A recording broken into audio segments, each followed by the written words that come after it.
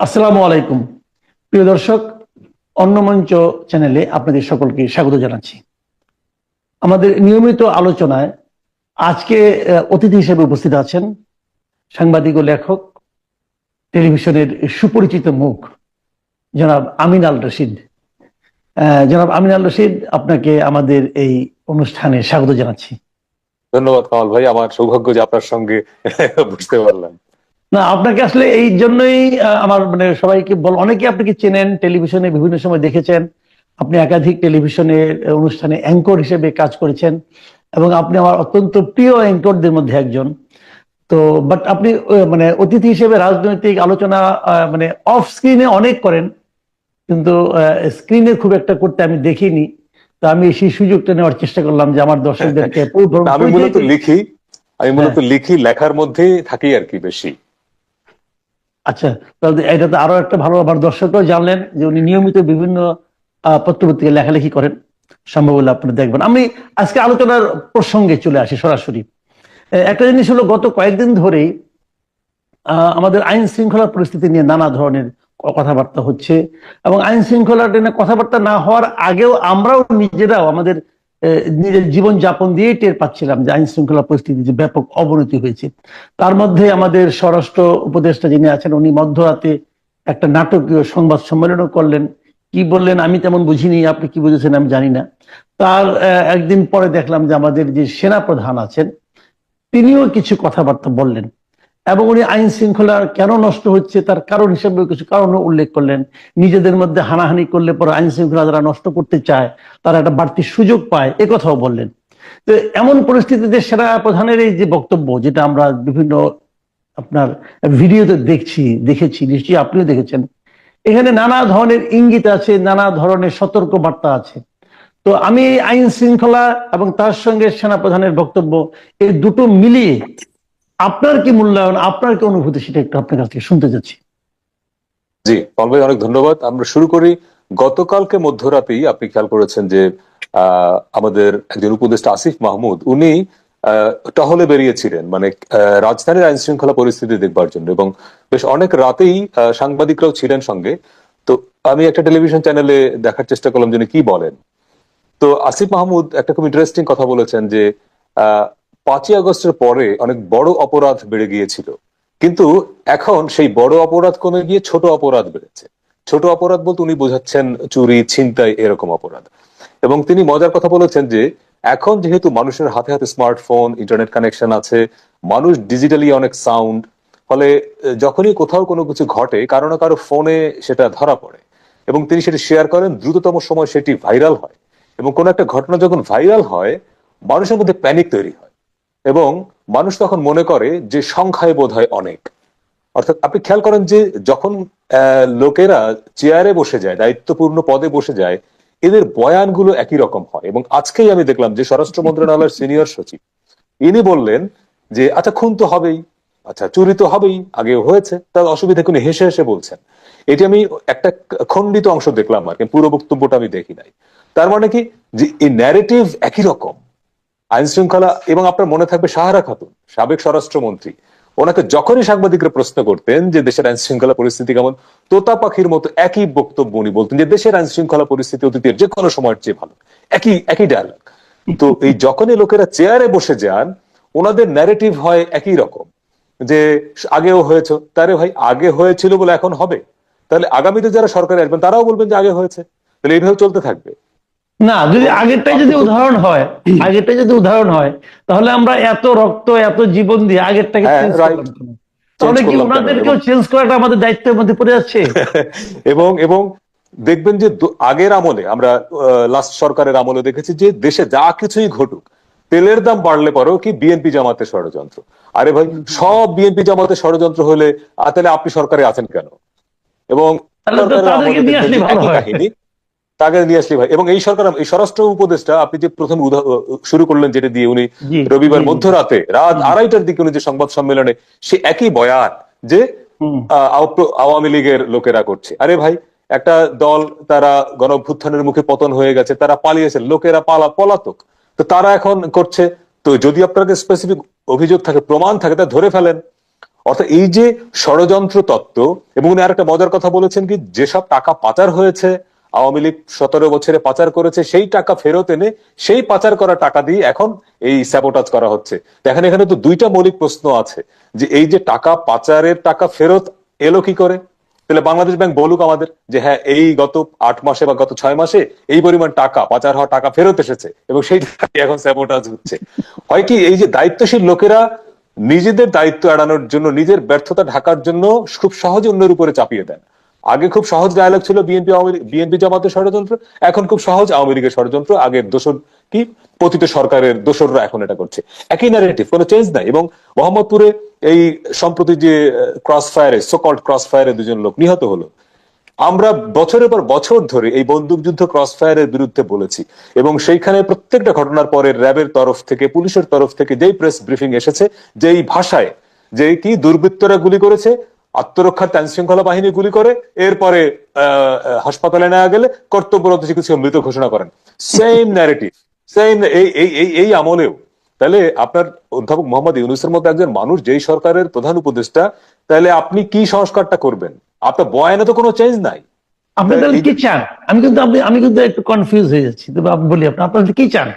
আপনি কি গল্পগুলি কি একটু চেঞ্জ করতে চান, নাকি মানে আমি গল্পগুলো চেঞ্জ করতে চাই না, আমরা চাই এই ঘটনাগুলো ঘটবে না, আমরা যে ঘটনাগুলোই ঘটবে না। আপনি কেন ক্রস ফায়ারে মানুষ মারবেন? একটা লোক ক্রিমিনাল হলে তার আদালতে, তাহলে আদালত তো দরকার নাই, তাই না? এবং এই যে ধরেন আইন শৃঙ্খলা পরিস্থিতি উদাহরণ দিলেন আপনি, মানুষ এখন আইন হাতে তুলে নিচ্ছে। কালকে যেটা হলো উত্তরায়, 2 জন ছিনতাইকারী সন্দেহে পিটিয়ে আপনি ঝুলিয়ে রাখলেন ফুট ওভার ব্রিজে, আজকে পিটিয়ে মেরে ফেলা হলো, গাজীপুরে পিটিয়ে মেরে ফেলা হলো, নোয়াখালীতে একই ঘটনা।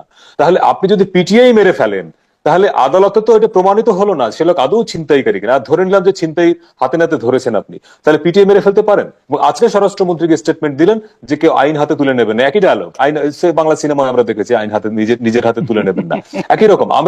আমরা বয়ান তো পরিবর্তন চাই না, মানে বয়ান তৈরি হবে কেন? ধরেন একটা রাষ্ট্র আইন শৃঙ্খলা বাহিনী আছে, সে তার দায়িত্ব হচ্ছে ক্রিমিনালকে ধরা, এবং সে ক্রিমিনাল কিনা সেটা প্রমাণ তো করবে আদালত। আদালতে প্রমাণ হলে আদালত will convict him or her. কিন্তু আপনি নিজে তাকে মেরে ফেলবেন, এই সুযোগে যেটা হয়, ব্যক্তিগত রেশারেশিতে, ধরেন অমুকের সাথে অমুকের শত্রুতা, 4-5 জন 10 জন লোক মিলে গিয়ে বলবে যে ছিনতাইকারী, এ ডাকাত বলে পিটিয়ে মেরে ফেলবে। এরকম ঘটনা আমাদের উদাহরণ আছে তো। অর্থাৎ যখন একটা রাষ্ট্রে মব তৈরি হয়ে যায়, এবং মব যখন সরকার কন্ট্রোল করতে পারে না, তখন কিন্তু ব্যক্তিগত অনেক শত্রুতা মানুষ এইভাবে জাহির করে। 5ই আগস্টের পরে যতগুলো আওয়ামী লীগের নেতাকর্মীদের বাড়িঘর পোড়ানো হয়েছে, সব কি রাজনৈতিক কারণে হয়েছে? আপনি খোঁজ নিয়ে দেখেন যে একটা বিরাট অংশের ব্যক্তিগত শত্রুতা, অর্থাৎ ওনার জমি নিয়ে সমস্যা আছে, ওনার সঙ্গে টাকা পয়সার সমস্যা আছে, লেনদেনের সমস্যা আছে, এখন হয়ে গেছে পলিটিক্যাল কেস।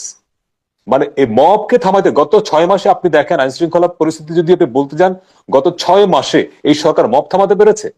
একজন বিদেশ থেকে একটা বাণী দেন, তার ফলোয়াররা নেমে পড়েন এবং একটা মব তৈরি করে দেন, এই করব সেই করব। সরকার তো এই মবের বিরুদ্ধে শুধু স্টেটমেন্ট দেয়। উপদেষ্টা মাহফুজ আলম তিনি 2-3 দফা স্টেটমেন্ট দিয়েছেন যে ঘটনা ঘটে যাওয়ার পরে আপনি সরকারের দায়িত্ব স্টেটমেন্ট দেওয়ার নাকি? স্টেটমেন্ট তো দিবে সুশীল সমাজ, নাগরিকরা দিবে, শিক্ষকরা দিবে, আপনি তো অ্যাকশন নেবেন। সরকার বিবৃতি জানা দেবে কেন? সরকার নির্দেশ, এই যে আপনার নারীদের ফুটবল খেলা বন্ধের প্রতিবাদে স্বয়ং প্রধান উপদেষ্টা যখন বিবৃতি দিলেন, নিন্দা জানালেন এবং ঘোষণা করলেন যে এরকম ঘটনা ঘটলে পরবর্তীতে আইনগত ব্যবস্থা নেওয়া হবে, তার ঠিক 7 দিনের মাথায় আর একটা ঘটনা ঘটলো রংপুরে। তো তার কি, আপনি কয়জনকে ধরেছেন? ওই নারীদের খেলা যারা বন্ধ করেছে এবং এই যারা মব করেছে, এরপরে কয়জনকে ধরেছেন? এবং আপনি দেখবেন যে সাম্প্রতিক সময়ে এই ভিন্ন মতাবলম্বী বা এই যে বিভিন্ন উগ্রবাদী গোষ্ঠী প্রকাশ্যে ঘোষণা দিচ্ছে যে কতল করবে, এই করবে সেই করবে। তো সরকারের কোনো শক্ত আপনি বক্তব্য পেয়েছেন? তাহলে আপনি আইন শৃঙ্খলা মানে শুধুই তো চুরি, ছিনতাই, ডাকাতি তো আইন শৃঙ্খলা না। এই যারা দেশে মব তৈরি করছে, এক একটা ঘটনাকে কেন্দ্র করে দেশে ডিভাইড করে দিচ্ছে, মানুষকে বিভক্ত করে দিচ্ছে, এটা তো চুরি ডাকাতির চেয়েও ভয়ঙ্কর। এই ইস্যুতে সরকারের স্টেপটা কই? আমি তো দেখি না কয়জনকে ধরেছে। আপনার কি মনে হয় এই যে আপনি মানে একটা হতাশার কথা বললেন, বিরক্তির কথা বললেন, ক্ষোভ প্রকাশ করলেন, তো এই ক্ষোভগুলির প্রেক্ষিতে, এই ক্ষোভগুলির উপর ভিত্তি করেই কিন্তু, এই ক্ষোভের কারণেই কি আমরা গতকালকে আমাদের সেনাপ্রধানের এমন একটা বক্তব্য শুনলাম? আপনার কি মনে হয় এর পটভূমি কি এটাই? আপনি যদি ওনার বক্তব্য আপনি দেখেছেন, আপনি যদি একজন লোক যখন কথা বলে, তার এক্সপ্রেশন খুব জরুরি। তার বডি ল্যাঙ্গুয়েজ, এবং আমি যেটা মনে করি যে একজন মানুষ যখন কথা বলে তার দুইটি বাক্যের মাঝখানে যে বিরতি, যে সময়টুকু আমরা বলি যে বিটুইন দ্য লাইন, মানে রিড বিটুইন দ্য লাইন, মানে দুইটা বাক্যের মধ্যে একটা লোক সেটাও খুব জরুরি। আমরা দেখলাম যে সেনাপ্রধানের এই যে বডি ল্যাঙ্গুয়েজ, তার যে এক্সপ্রেশন, মনে হলো তিনি খুবই বিরক্ত, ক্ষুব্ধ, এবং এবং সেইভাবে তিনি সতর্কটা করলেন। কারণ উনি বলেছেন একটা শব্দ, এনাফ ইজ এনাফ, আমি 7 মাস দেখলাম। এখন উনিও কিন্তু, আমি জানি না এই বলাটা কতটুকু ঠিক হবে বলাটা, উনি নিজেও দায় এড়াতে পারেন কিনা। আপনি খেয়াল করবেন 5ই আগস্ট যেদিন শেখ হাসিনা চলে গেলেন ভারতে এবং যেদিন সরকারের পতন হলো, ওই দিন উনি সংবাদ সম্মেলনে বলেছিলেন কিন্তু আমি দায়িত্ব নিচ্ছি। উনি দায়িত্ব নিলেন এবং তারপরে বিচারিক ক্ষমতা সহ সেনাবাহিনী মাঠে। তো তারপরেও এই মব, এই আইন শৃঙ্খলার অবনতি কেন থামলো না? তো সেক্ষেত্রে উনি কালকে বিরক্তি প্রকাশ করেছেন, উনি ক্ষোভ প্রকাশ করেছেন, উনি আমাদেরকে সবাইকে সতর্ক করেছেন এবং উনি বলেছেন নিজেদের মধ্যে হানাহানি। এই নিজেদের শব্দটা উনি কিন্তু শুধুমাত্র যে আইন শৃঙ্খলা বাহিনীকে বলেছেন তা না, আমি মনে করি নিজেদের বলতে উনি পলিটিক্যাল পার্টিগুলোকে বুঝিয়েছেন। আমরা দেখবো যে 5ই আগস্টে এই জুলাই অভ্যুত্থানে যেই সব পলিটিক্যাল পার্টি অ্যাক্টিভ ছিল আওয়ামী লীগের অ্যাগেনস্টে, বিএনপি, জামাত, মানে আওয়ামী লীগের অ্যাগেনস্টে সব দলই তো অ্যাক্টিভ ছিল, তাদের মধ্যে কিন্তু এখন দূরত্বগুলো স্পষ্ট, বিএনপির সঙ্গে জামাতের দূরত্ব স্পষ্ট।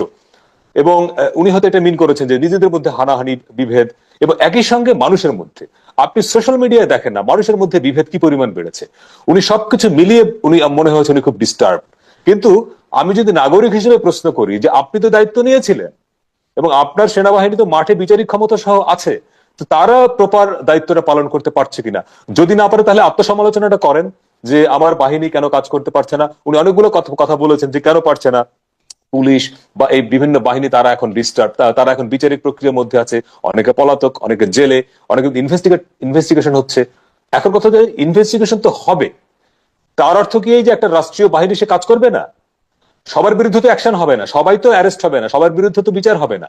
কিন্তু যারা এখন ইন সার্ভিস, যারা, এই বিরাট পরিবর্তন হয়েছে। তো আপনি 5ই আগস্টের পরে, অর্থাৎ 8ই আগস্টের পরে যখন সরকার দায়িত্ব নিল 8 তারিখে, তারপরে তো পুলিশ বাহিনীতে ম্যাসিভ পরিবর্তন হয়েছে, একদম টপ থেকে মিড লেভেলে সব চেঞ্জ করে ফেলেছেন, সব নতুন লোক বসিয়েছেন। তাহলে তারা কাজ করবে না কেন? আপনার কি মনে হয় ওনার ওনার এমন বক্তব্যের পর পরিস্থিতির কোনো উন্নতি হতে পারে, অথবা পরিবর্তন হতে পারে? আপনার কি মনে হয়? এইটা একটা ভালো প্রশ্ন। ধরেন স্বরাষ্ট্র উপদেষ্টা রবিবার মধ্যরাতে বললেন যে আজ থেকে, মানে সোমবার থেকে পরিস্থিতির দৃশ্যমান উন্নয়ন হবে, তিনি বলেছেন। তো তারপরে 2 দিন কিন্তু পার হলো, সোম, মঙ্গল, আজকে বুধবারও প্রায় শেষ। পরিস্থিতির উন্নতি কতটুকু হয়েছে আমরা গণমাধ্যম আজকে কিন্তু আমি দেখলাম যে এই যে ছিনতাই ডাকাতির ঘটনা কিন্তু আজকেও টুকটাক আছে। তবে আমার যেটা মনে হয় সেনাপ্রধানের এই মেসেজটা একটা স্পেসিফিক বার্তা শুধু এই অপরাধীদের জন্য না, ওনার এই মেসেজটা আসলে সবার জন্য। এবং আমার মনে হয় যে এই ওনার বক্তব্যটা যদি সবাই কাউন্ট করে, আমলে নেয়, তাহলে পরিস্থিতির উন্নতি হবে। এবং এই আমলে নিতে হবে আসলে আইন শৃঙ্খলা বাহিনীকে, শুধুমাত্র সেনাবাহিনীকে না, পুলিশ সহ সমস্ত বাহিনীকে। এবং আমি মনে করি যে রাজনৈতিক দল, এই যে আইন শৃঙ্খলা পরিস্থিতির অবনতি হচ্ছে, এটা শুধুমাত্রই যে অপরাধীরা করছে, অপরাধ করার জন্য টাকা পয়সা হাতিয়ে নেওয়ার জন্য, তা তো না। এখানে তো পলিটিক্সও আছে, এখানে তো অনেকে খেলছে, এখানে পলিটিক্যাল পার্টির। এখানে আমি আরেকটা কথা আপনাকে থামাচ্ছি, আমি একটু আরেকটা জিনিস হলো, আমার কাছে যেন মনে হয় আমাদের যে পলিটিক্যাল অ্যারিনা, এখানে সবচেয়ে বড় একটা প্লেয়ার হলো আপনাদের এই বৈষম্য বিরোধী ছাত্র যারা ছিল, তারা কিন্তু অনেক কিছু করছে। উনি যে কথা বলছেন নিজেদের মধ্যে হানাহানি, হিংসা, মানে পরস্পরের বিরুদ্ধে অভিযোগ, এই অভিযোগের আমরা ম্যাক্সিমাম কিন্তু পাচ্ছি ওদের কাছ থেকে। তো ওরাই আবার শুক্রবার দিন একটা রাজনৈতিক দল ওপেন করতে যাচ্ছে। এই রাজনৈতিক দল যখন ডিক্লেয়ার করবে, আপনি কি মনে করেন ওদের এই অভিযোগ দেওয়ার যে প্রবণতা এটা একটু কমবে?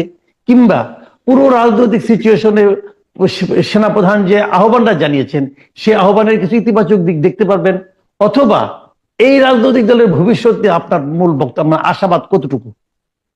দেখেন, এই বিষয়ে যেতে গেলে আজকের ঘটনা যেটা ঘটলো, একটা নতুন ছাত্র সংগঠন, বৈষম্য বিরোধী ছাত্র আন্দোলনের একটা অংশ, তারা কিন্তু আজকে নতুন একটা সংগঠন করলো, ছাত্র সংগঠন।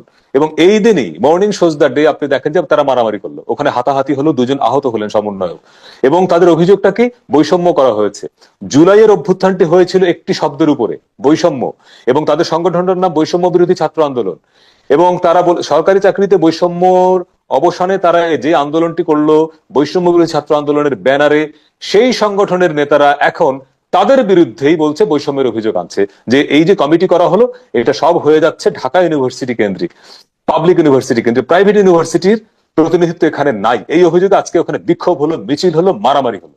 এবং আপনি খেয়াল করবেন যে জুলাইয়ের অভ্যুত্থানের শেষ দিকে কিন্তু ঢাকা ইউনিভার্সিটি ফোকাসে ছিল না। ঢাকা ইউনিভার্সিটি বন্ধ হওয়ার পরে আন্দোলনের পুরো নেতৃত্ব কিন্তু বেসরকারি ইউনিভার্সিটি ছেলেপেলেদের হাতে গেল। স্পেসিফিক ব্র্যাক ইউনিভার্সিটির কথা এখানে বলতে হবে, কিন্তু এরপরে কমিটিগুলোয় আমরা দেখলাম যে ঢাকা ইউনিভার্সিটির প্রাধান্য। ইভেন আপনি দেখেন এই সরকার গঠিত হবার পরে যে 11টি সংস্কার কমিশন করেছে, সেইখানে আমি একটা হিসাব করে দেখেছি 14 জন শিক্ষক, তার মধ্যে 9 জন শিক্ষক ঢাকা ইউনিভার্সিটির, সে 9 জনের মধ্যে 5 জন আবার আইন বিভাগের। এখন এই যে আপনি বললেন যে তাহলে কোটা, আপনি দেখেন এই ঢাকা ইউনিভার্সিটি কোটা, আইন বিভাগের কোটা, অমুক জেলার কোটা, অমুক ব্যক্তির কোটা, আপনি তো কোটা থেকে বের হইতে পারেন নাই, এখনো বৈষম্য থেকে বের হইতে পারেন নাই। তো তো আজকে এই ছাত্ররাই যারা বৈষম্য বিরোধী আন্দোলন করলো, ওরা নিজেদের বিরুদ্ধে এখন বৈষম্যের অভিযোগ আনছে। তাহলে এই ধারাবাহিকতায়, এবং আপনি দেখেন যে জাতীয় নাগরিক কমিটি, বৈষম্য বিরোধী ছাত্র আন্দোলন, এই দুটি মিলিয়ে তো হবে, নতুন দলটা হবে। এই কমিটি দল গঠনের আগেই কিন্তু জাতীয় নাগরিক কমিটি থেকে বেশ কয়েকজন বের হয়ে গেছে। এবং এই যে আপনি বললেন যে এই দলটি হবার পরে কি হবে, দুটি দল সংগঠন মিলে একটি রাজনৈতিক দল গঠন করবে, এটা আমরা তো অনেকদিন ধরেই জানি। এবং আগস্ট সেপ্টেম্বর থেকে আমরা জানি যে, কারণ এরা যে একটা বিরাট আন্দোলন করেছে, নেতৃত্ব দিয়েছে, তাদের এন্ড অফ দ্য ডে গোলটা কি? গোলটা হচ্ছে রাষ্ট্র ক্ষমতায় গিয়ে তাদের এজেন্ডা বাস্তবায়ন।